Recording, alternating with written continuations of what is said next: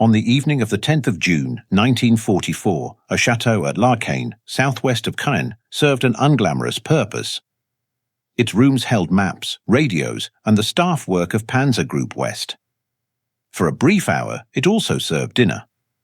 Lamps cast a steady yellow light across tables and folded charts.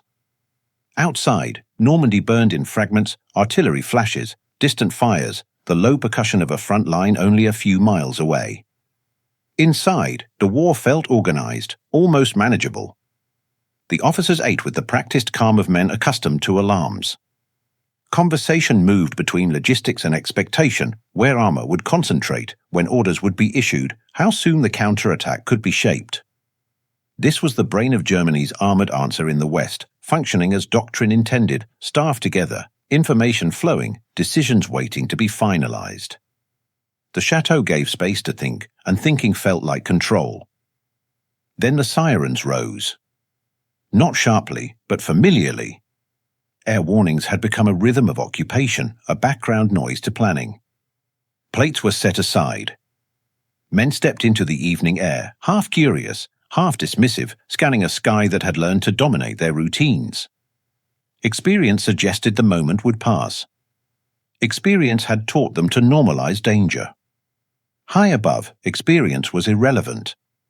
Aircraft were already inbound, guided by coordinates rather than emotion, by patterns rather than faces. This was not a response to movement at the front, but a decision made hours earlier, far from Larkane's orchards. The strike existed before the men beneath it registered threat, long-range power committed to a point on a map. The first explosions did not seek trenches or gun lines. They fell where thinking happened. Vehicles were shredded where they were parked for convenience. Radios were torn open where voices had traveled seconds before. Tents collapsed inward, paper and canvas dissolving into smoke.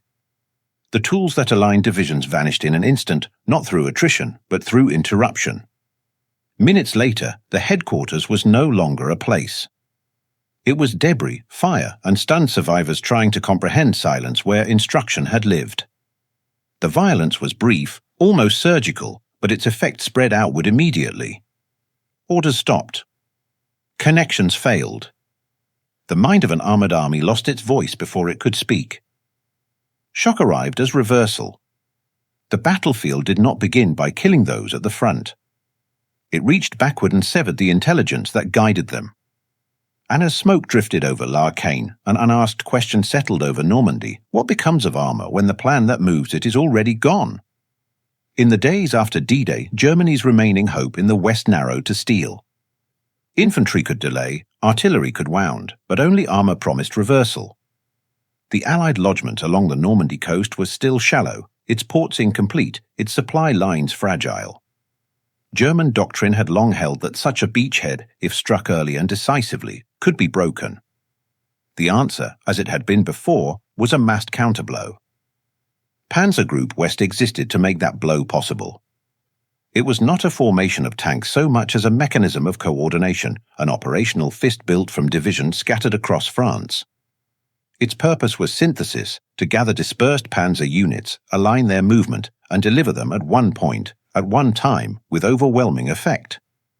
Without that coordination, armor was merely metal and fuel. With it, armor became decision. Its commander embodied the doctrine Germany trusted most. Hold the line. Absorb the shock. Concentrate force out of sight. Then counterattack at a moment chosen, not endured. This logic had restored collapsing fronts before. It relied on clarity, discipline, and above all, timing. Strike too early, and strength would be wasted against uncertainty. Strike too late, and the enemy would harden beyond reach. Timing in Normandy was already slipping. Each hour brought more Allied men ashore, more vehicles, more guns. The beachhead was thickening, transforming from a temporary vulnerability into a permanent presence. German planners understood this arithmetic. The counterattack window was measured not in weeks, but in days. Yet Normandy was no longer the terrain of earlier wars. Allied air superiority pressed down on every road and field. Daylight movement became costly, predictable, and visible. Columns dispersed. Marches slowed. Camouflage replaced speed. Armor that depended on concentration now survived by scattering, and survival competed with decisiveness. Still, belief endured. German armor had not lost its edge in combat. Crews remained skilled.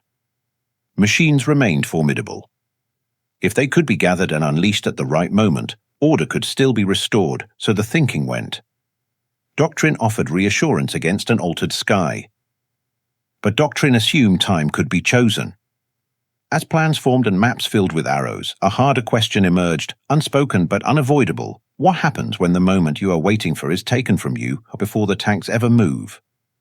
The Allied problem after D-Day was not difficult to define. German armor did not need to be destroyed everywhere, it needed to be prevented from arriving together. A single Panzer division, committed in isolation, could be contained. Several arriving at once could still tear open a thin beachhead. The danger lay not in steel itself, but in steel synchronized by command. The solution, therefore, was not limited to bombs dropped on tanks already in motion. It lay in applying pressure to the system that moved those tanks at all. Roads that carried columns, fuel that sustained engines, radios that aligned units, and headquarters where decisions were shaped into orders. Break the system, and armor would survive but fail to function. Larkane emerged naturally as a target of that logic. It was compact, valuable, and decisive beyond its physical size. Within a small area lived the coordination of Panzer Group West, staff officers, signal units, vehicle parks, and the daily rhythm of command. Destroying it would not reduce German strength numerically, but it would fracture German intent at the moment intent mattered most. The aircraft assigned to the task were not chasing movement at the front. They were long-range instruments of decision, extending Allied power beyond the visible battle. Their purpose was to reach into the rear and alter outcomes before forces ever met. This was air power used not for attrition, but for preemption. The raid itself was conceived as a sequence rather than a gamble. Locate the headquarters through intelligence and reconnaissance. Confirm its activity and pattern. Strike decisively. Then allow confusion to multiply the effect. No prolonged engagement was required. The expectation was that disorder, once introduced at the center, would radiate outward faster than any follow-on attack. What the Germans did not yet understand was how exposed they had become. Visibility was no longer limited to photographs or eyewitness reports. It lived in repetition, in traffic flows, radio transmissions, daily routines that formed a readable pattern. To an enemy with time, aircraft, and analysts, those patterns became targets. The opening strike at Larkane was therefore more than a tactical action. It was a demonstration of a new tempo of war. One concentrated blow, applied to the right node, could reshape a campaign's rhythm without ever forcing a breakthrough at the front. And as aircraft closed on their coordinates, a quiet promise hung over Normandy that decisive moments might no longer occur where armies collided, but where decisions were made. German staff logic after D-Day rested on an old, hard-earned truth. A beachhead, however dramatic its arrival, is weakest before it becomes a port, before men, vehicles, and ammunition arrive faster than they can be destroyed. History had proven this repeatedly. If struck early, an invading force could be driven back into the sea. Normandy, in those first days, still appeared to offer that window. Panzer Group West prepared to exploit it using a method Germany once mastered. The counter-attack envisioned was not improvised violence, but structured shock, swift concentration of armored divisions, delivered at a chosen point, with the intention of breaking cohesion rather than grinding forward. Tanks would not simply fight, they would decide. Doctrine promised clarity in a chaotic situation, and clarity bred confidence. That confidence extended to where and how command would function. The headquarters operated close to the front, as it always had. Proximity meant relevance. It meant understanding the ground, sensing the battle, issuing timely orders. The sky, in this thinking, was a condition to be managed, an inconvenience rather than a controlling force. Air superiority was acknowledged, but not yet internalized as absolute. This assumption concealed a quiet arrogance.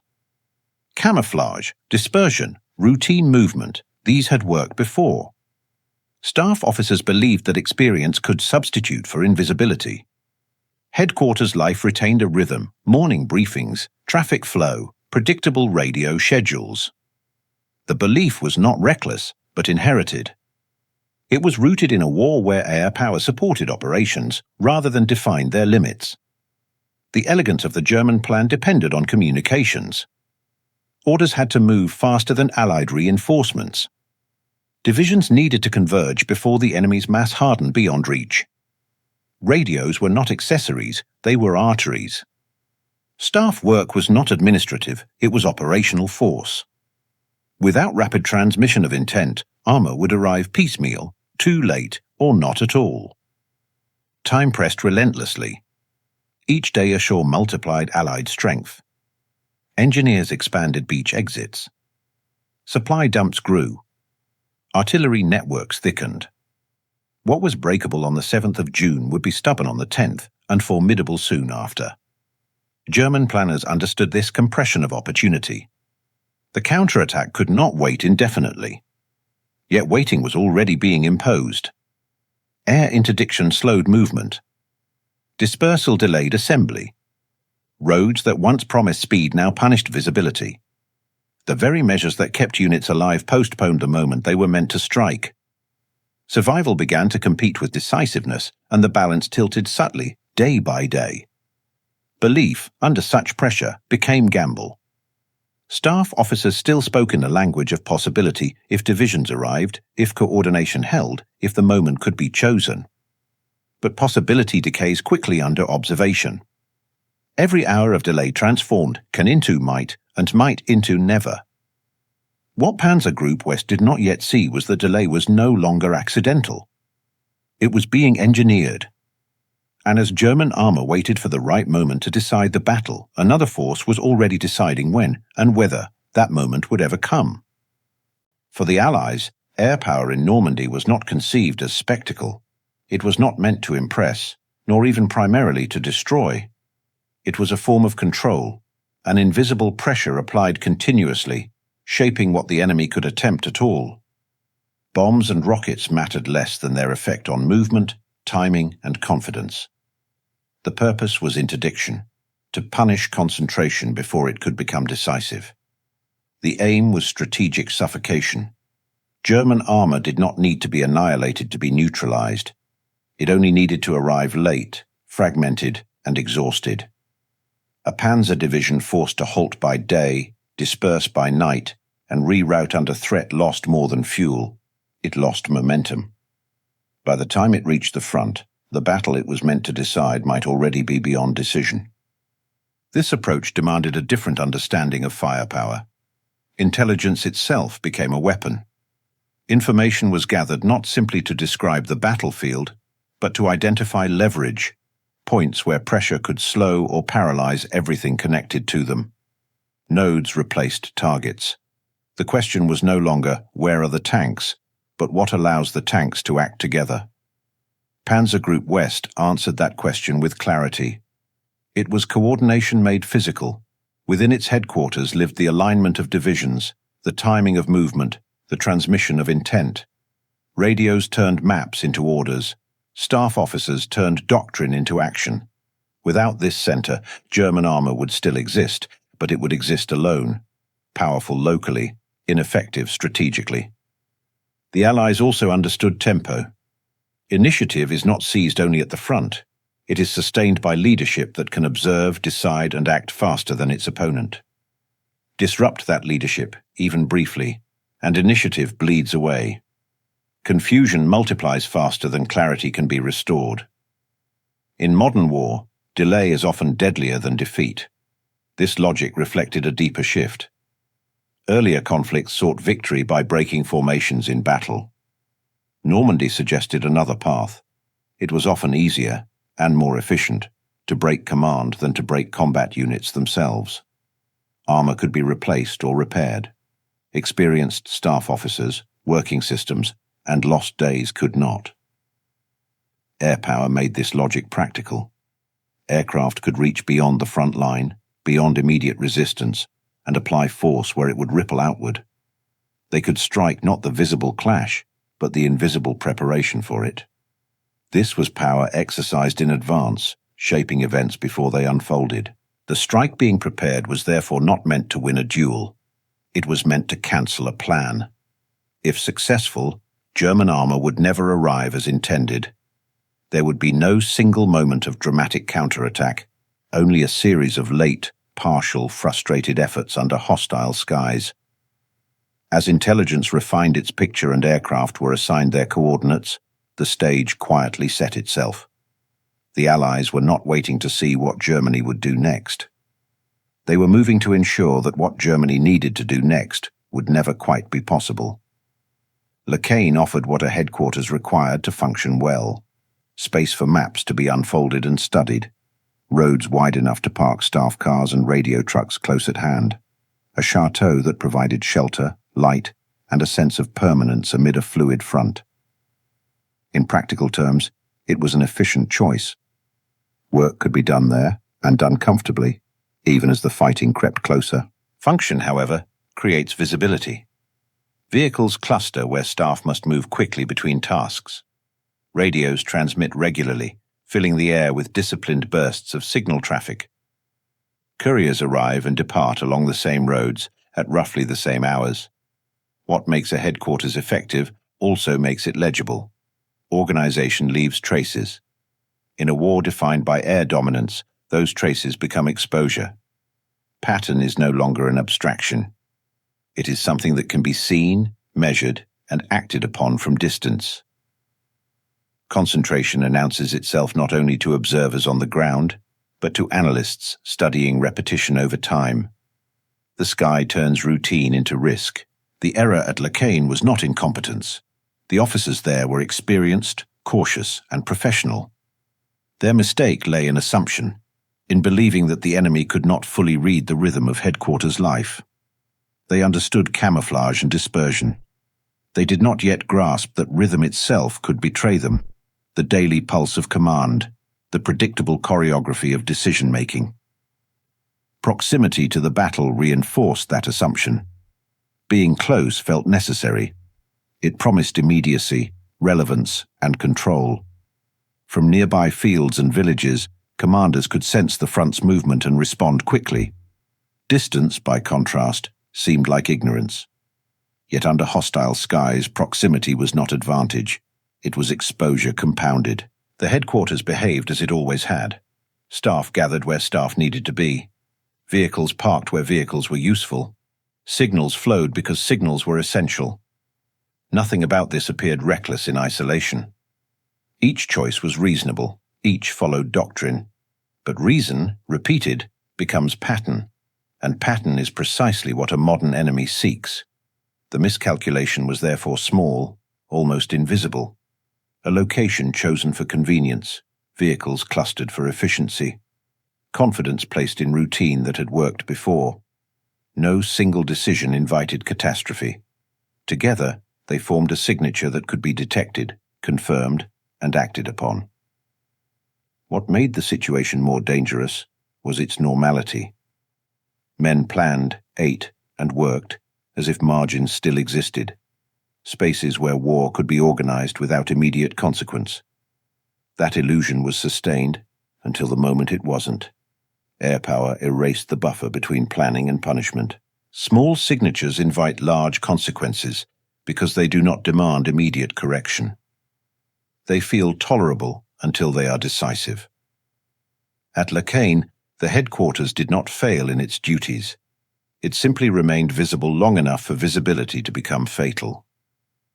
And as the routine of command continued under the assumption of survivability, another routine, methodical, distant, and patient, was already aligning its instruments to act. The identification of Panzer Group West's headquarters did not come from chance. It emerged from accumulation, small clues that armies cannot avoid emitting when they function. Signals traffic pulsed across the spectrum with a consistency that suggested more than frontline chatter.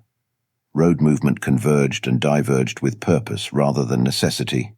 Concentration revealed intent long before action. Reconnaissance aircraft added shape to those clues. From altitude, The landscape told its own story. Radio vehicles clustered where staff needed constant communication. Tents appeared not in isolation, but in ordered groupings. Transport parked with logic, not concealment, forming the quiet geometry of headquarters life. To trained observers, it was unmistakable. This was not a unit passing through, but a brain at work. Value alone was not enough to justify a strike. Vulnerability mattered equally. Leadership concentrated in one place created opportunity. The very efficiency that allowed decisions to flow also created fragility. Remove that center, and the surrounding forces would continue to exist, but without alignment, without tempo. The headquarters at Lacane offered both qualities, decisive importance and physical exposure. Planning the attack reflected this understanding.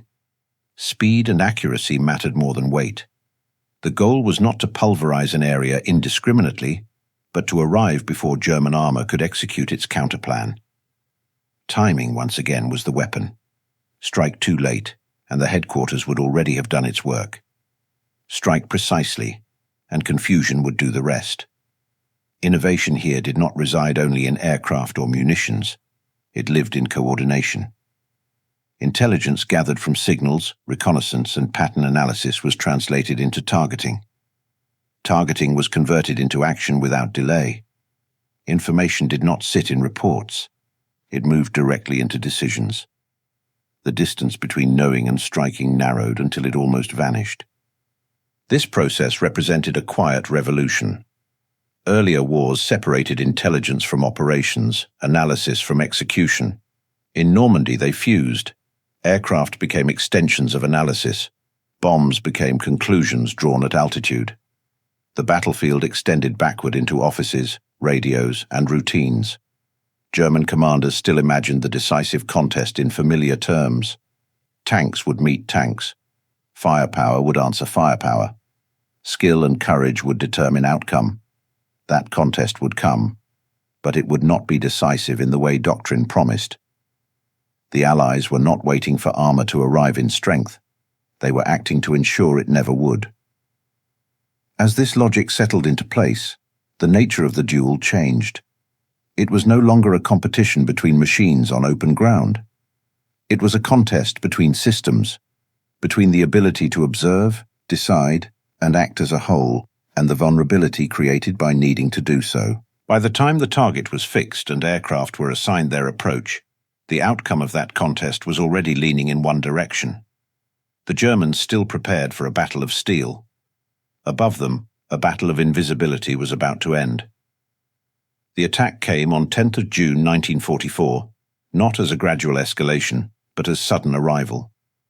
Aircraft broke into the airspace above Lacane and the surrounding fields where Panzer Group West had established its headquarters. There was no warning that mattered, no time to adapt. The strike had been decided hours earlier and now unfolded with mechanical certainty. The pattern of destruction was clinical. Bombs and rockets did not seek trenches or armored formations. They fell into the spaces where decisions lived, among radio trucks, staff vehicles, tents, and map tables. The violence was selective by design. Each explosion erased function rather than frontage, targeting the architecture of command rather than the symbols of combat. Within moments, senior staff officers were dead or wounded. Experience accumulated over years vanished in seconds. Men who understood the entire operational picture were removed at once, not through prolonged battle, but through instant interruption. Leadership did not degrade gradually. It was cut. The physical tools of command followed. Radios were smashed where voices had traveled only moments before. Vehicles burned in tight clusters, blocking escape and movement. Maps, carefully annotated with intentions and timings, were scattered, torn, or consumed by fire. The nervous system failed, not because it had been overwhelmed, but because it had been severed. Survivors tried to move, but movement itself became chaos. Smoke collapsed visibility. Fires spread unpredictably. Roads meant for coordination turned into obstacles. Men carried fragments of information without a place to deliver them. Orders, even when formed, could no longer travel. What remained was effort without alignment. The raid itself lasted only minutes. Aircraft passed through, released their ordnance, and departed. Silence followed quickly, broken only by burning vehicles and confused voices. In temporal terms, it was brief, hardly a battle at all. But consequence does not measure itself in minutes. In the hours and days that followed, the effects multiplied. Counterattack plans stalled. Communication networks had to be rebuilt from fragments. Authority became diffuse.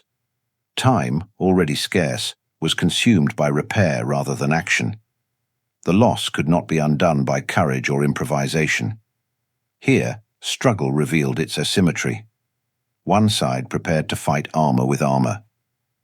The other fought something less visible but more decisive, the ability to coordinate armor at all.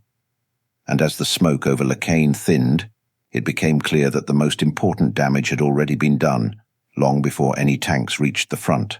When the explosions faded at Lacane, what remained was not simply wreckage, but absence.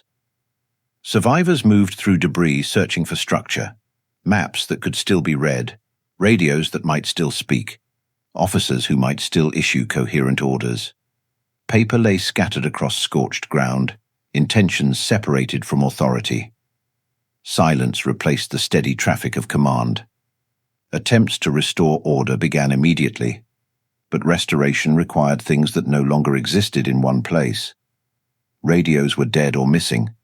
Senior staff were killed, wounded, or dispersed. Knowledge survived only in fragments, carried by individuals who could no longer connect it to a functioning system. Coordination, once centralized, became improvised. The counterattack plan suffered first delay, then quiet abandonment. Without a headquarters capable of aligning divisions and timing movement, the plan could not be executed as conceived. Relocation became necessary, but relocation was not instantaneous. It demanded transport, security, reassembly of staff, and re-establishment of communications. Each step consumed hours that could not be recovered. Command responsibilities shifted to other headquarters further from the front. On paper, this appeared manageable. In practice, it introduced bureaucratic friction into a moment that demanded speed. Orders had to be rewritten, channels renegotiated, authority clarified. None of this stopped the war, but all of it slowed Germany's ability to shape it. Delay was not neutral. While German command rebuilt, the Allied beachhead thickened.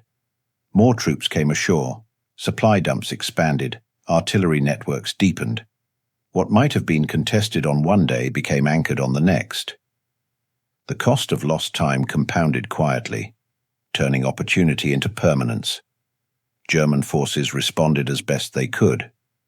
Local counterattacks were launched where commanders still possessed clarity and courage. Armor struck in fragments, achieving momentary success but lacking reinforcement. Movement occurred under constant air threat, forcing dispersal and concealment. Effort remained, but alignment was gone. To the Allies, the absence of a coordinated response was unmistakable. Reconnaissance reported fewer massed movements, more isolated actions. Signals intelligence detected confusion rather than orchestration. Silence where a Panzer group should have spoken was itself information. The armored answer Germany depended upon was not assembling as expected. Late, in operational warfare, often means never. Every hour lost reduced the chance of a decisive counterstroke. Every improvised response confirmed that initiative had slipped away.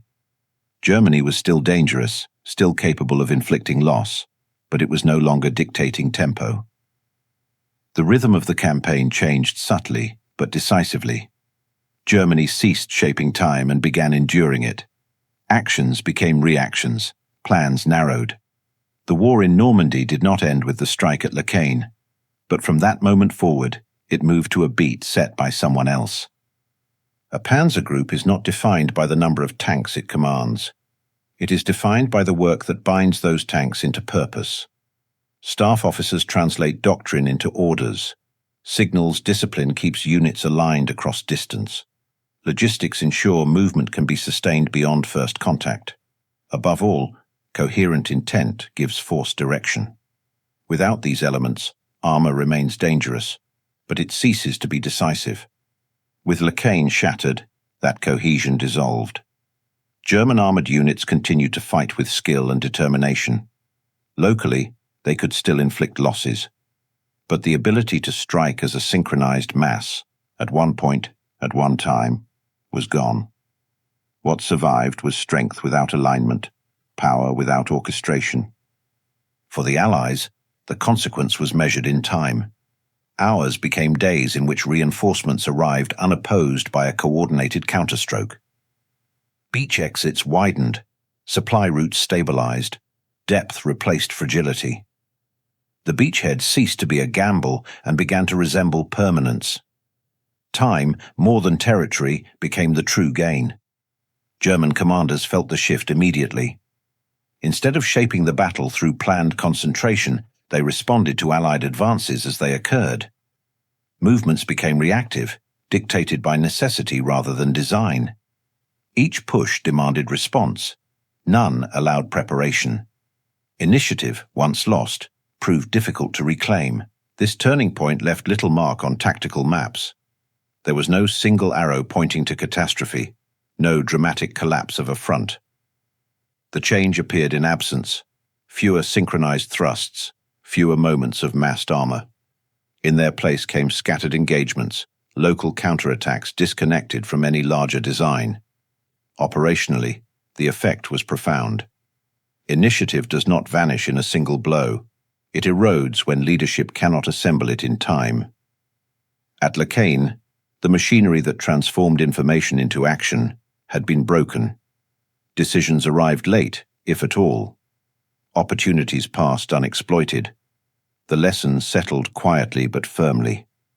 Air power changes war most decisively not when it destroys what the enemy can see, but when it destroys the enemy's ability to choose. By reaching into the rear and severing command, the Allies did more than win a fight. They removed Germany's capacity to decide how the campaign would unfold. From that point forward, Normandy no longer waited on a German counterattack. It waited only on the slow accumulation of Allied strength and on how long German forces could endure a war they no longer directed. By mid-June, Allied air superiority over Normandy no longer announced itself through spectacle alone. It behaved like gravity, constant, inescapable, shaping every decision beneath it. Movement invited punishment. Concentration invited attention. Logistics strained under observation as fuel convoys scattered, paused, rerouted, and arrived depleted. The sky did not need to destroy everything, it only needed to be present. German armored units continued to fight with resolve. Crews held ground, counterattacked where opportunity appeared, and inflicted real losses. On a tactical level, skill and courage remained. But without a functioning brain to align these actions, each fight became local. Success could not be translated into momentum. Victory, when achieved, stopped where it occurred. The Allies understood this asymmetry and exploited it deliberately. They did not need to win every clash. They needed to ensure that Germany never assembled the one clash that could change the campaign. Every German movement was measured not by its immediate threat, but by its potential to concentrate. Air power, artillery, and maneuver worked together to keep pressure constant, denying rest and alignment. German headquarters functions were eventually rebuilt elsewhere, farther from the front and under tighter discipline. Staff work resumed. Orders flowed again, though more cautiously. But rebuilt headquarters do not resurrect lost days. Time, once surrendered, cannot be reclaimed. Plans that depended on early action now collided with a battlefield that had moved on. The nature of the battle shifted accordingly. Normandy became a contest of throughput rather than shock, of who could keep forces supplied, coordinated, and moving under relentless observation. The Allies, protected by air cover and expanding infrastructure, improved their flow each day. German forces, constrained by dispersal and delay, watched their capacity narrow. The trap closed gradually, almost politely. Dispersal helped German units survive air attack, but it destroyed decisiveness. Concentration promised effectiveness, but invited annihilation from above. Every solution carried its own penalty. The system offered no path back to initiative, only choices between endurance and exposure.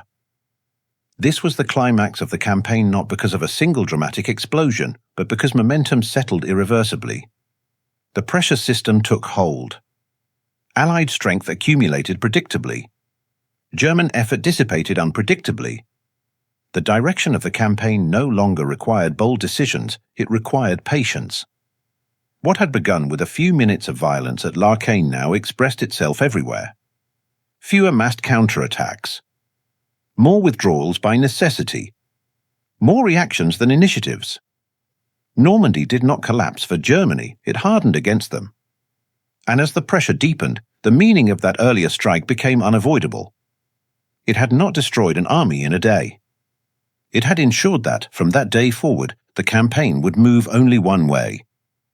In the days that followed, the remnants of Panzer Group West withdrew from immediate danger and attempted to reform. New locations were chosen farther from the front, staff positions reassigned, communication slowly restored. On paper, structure returned. Titles reappeared. Orders were drafted again. The Panzer Group, at least in name, survived. But it returned to a different Normandy. Allied numbers had grown heavier with each passing day. Infantry divisions had deepened their hold inland. Artillery belts layered the countryside. The skies remained hostile, patrolled without interruption. What had once been a fragile lodgment now possessed depth, redundancy, and confidence. The dream that had animated German planning, the belief that one decisive counterattack could crush the beachhead, had passed its expiry date. The conditions required for such a blow no longer existed. Time had removed them. Even flawless coordination would now collide with mass that could absorb and respond. Here, the meaning of the raid at Larkane clarified fully. It had not destroyed every tank, nor eliminated German armored skill. Instead, it had stripped armor of its strategic role. Tanks remained powerful machines, but they could no longer act as a unified instrument of decision. They fought where they were, not where they were needed most. In operational warfare, the distinction is often enough. Intact forces become ineffective when cohesion is severed. Strength without alignment cannot impose outcome. It can only resist one. Germany's armored units continued to exact cost, but they no longer threatened reversal. The campaign moved forward accordingly. German forces became increasingly defensive, responding to Allied pressure rather than shaping it.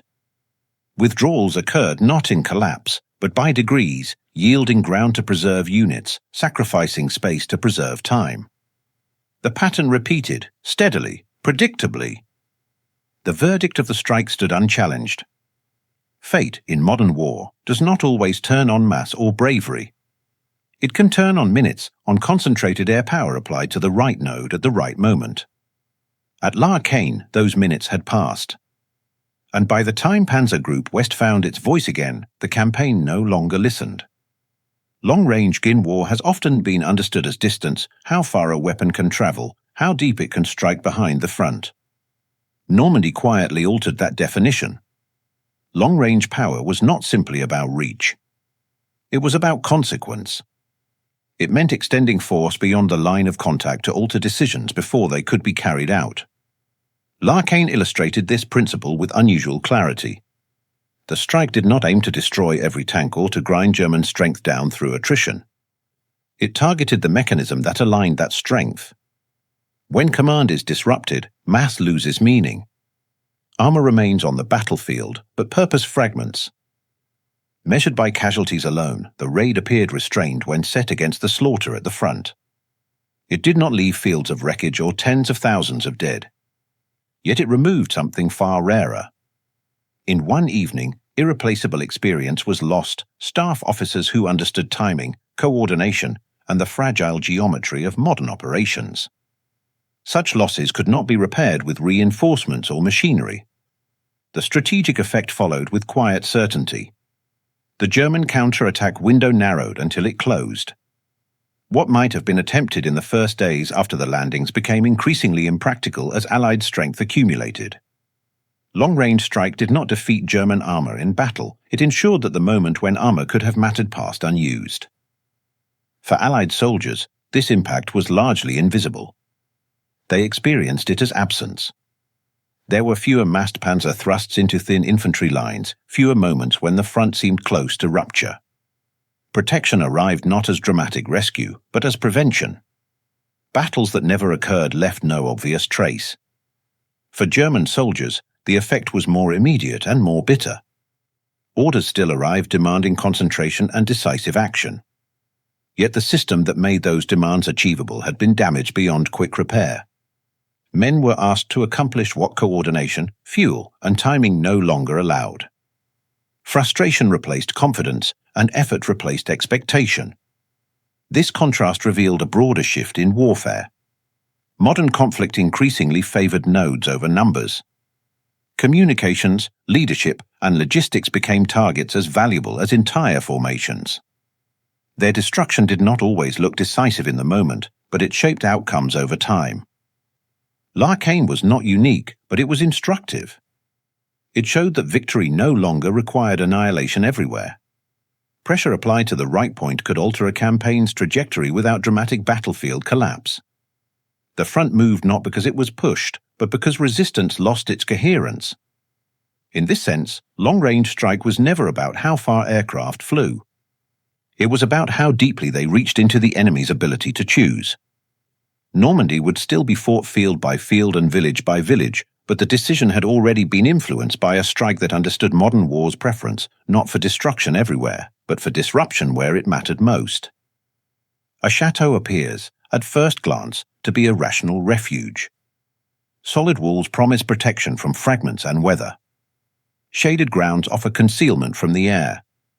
Space allows a headquarters to breathe, to spread maps, arrange radios, and think. Compared to exposed roads and hedgerows, it feels safe. It feels sensible. Yet concentration is always risk. A headquarters must gather people, vehicles, and equipment to function. That gathering creates efficiency, but it also creates a signature. Where work becomes easier, detection becomes simpler. The very order that allows command to operate announces its presence to an enemy who knows how to look. The misjudgment at L'Arcane was not reckless. It was human. Staff officers believed that routines could still exist at the edges of war, meals taken under lamps, briefings conducted with care, planning carried out in relative calm. These moments were not arrogance so much as habit. Men carried the expectation that some margins of normality could survive even as violence closed in. The Allied method that exploited this belief was modern and unsettling.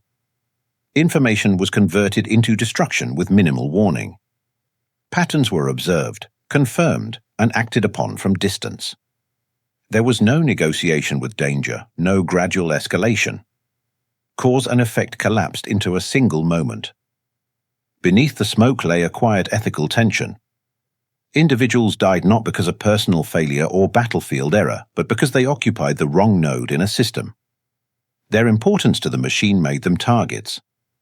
War had always killed, but here it killed through relevance rather than proximity. The logic was impersonal and therefore deeply unsettling. Heroism had limits in this environment. Courage could not restore shattered radios. Discipline could not resurrect dead staff officers in the minutes that mattered. Individual excellence could not compensate for a severed communications web. The system, once broken, remained broken long enough for consequences to unfold. The irony settled without drama. Panzer Group West had been built to move armored force, to synchronize steel, speed, and shock. Yet it was immobilized not by enemy tanks, but by a strike that severed wires, silenced voices, and erased alignment. The smartest place to hide had become the worst place to be. And in that calm realization lay a final discomforting truth: in modern war, survival belongs less to those who are well protected than to those who are least legible to an enemy who sees everything. Return, finally, to L'Arcane. To the interrupted meal, the lamps still glowing as sirens rose. To the orchard torn open by blast and fire. to radios that went silent in mid-sentence. This was the moment Panzer Group West lost its voice, not gradually, not heroically, but abruptly, as systems failed faster than men could react. Set that moment beside the wider Normandy campaign and its meaning sharpens. German armor did not vanish from the battlefield. It continued to fight with determination and skill. Tanks still burned Allied vehicles. Counterattacks still cost lives. Yet something decisive slipped away in those minutes over Larkane. The opportunity to impose a single, coordinated decision on the campaign never returned. The long-range strike revealed itself as a hinge event. In duration, it was brief, measured in minutes. In consequence, it was enormous. It did not announce itself with a dramatic collapse or a clear line on a map. Instead, it altered the conditions under which every subsequent decision was made. After Larkane, German choices narrowed. Allied options expanded. The lesson that emerges is unmistakably modern. Power no longer belongs solely to the side with more men or stronger machines. It belongs to the side that can see clearly, decide coherently, and act faster than its opponent. Vision, decision, and action, linked tightly, matter more than mass applied too late. In Normandy, the Allies did not only win battles. They prevented the battles Germany needed to fight. By denying concentration, they denied decision. By striking command, they shaped time itself. The front moved forward not because German resistance collapsed, but because it could no longer be assembled into something decisive. There is a restrained moral weight beneath this story. Technology made killing more efficient, but it also made leadership more fragile. Command must gather to think, to coordinate, to decide, and gathering creates vulnerability. The same systems that amplify power also expose it.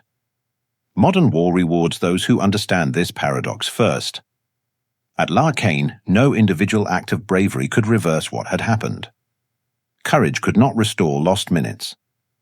Skill could not reconnect severed wires in time. The outcome turned not on heroism, but on systems intersecting at the wrong moment under the wrong sky. The war in Normandy would continue for weeks of grinding combat, of villages contested and hedgerows cleared. But the shape of that struggle had already been influenced by a strike that never saw glory. It sought consequence, and found it. They built a Panzer Group to strike with steel, then lost it to a strike that severed the wires first.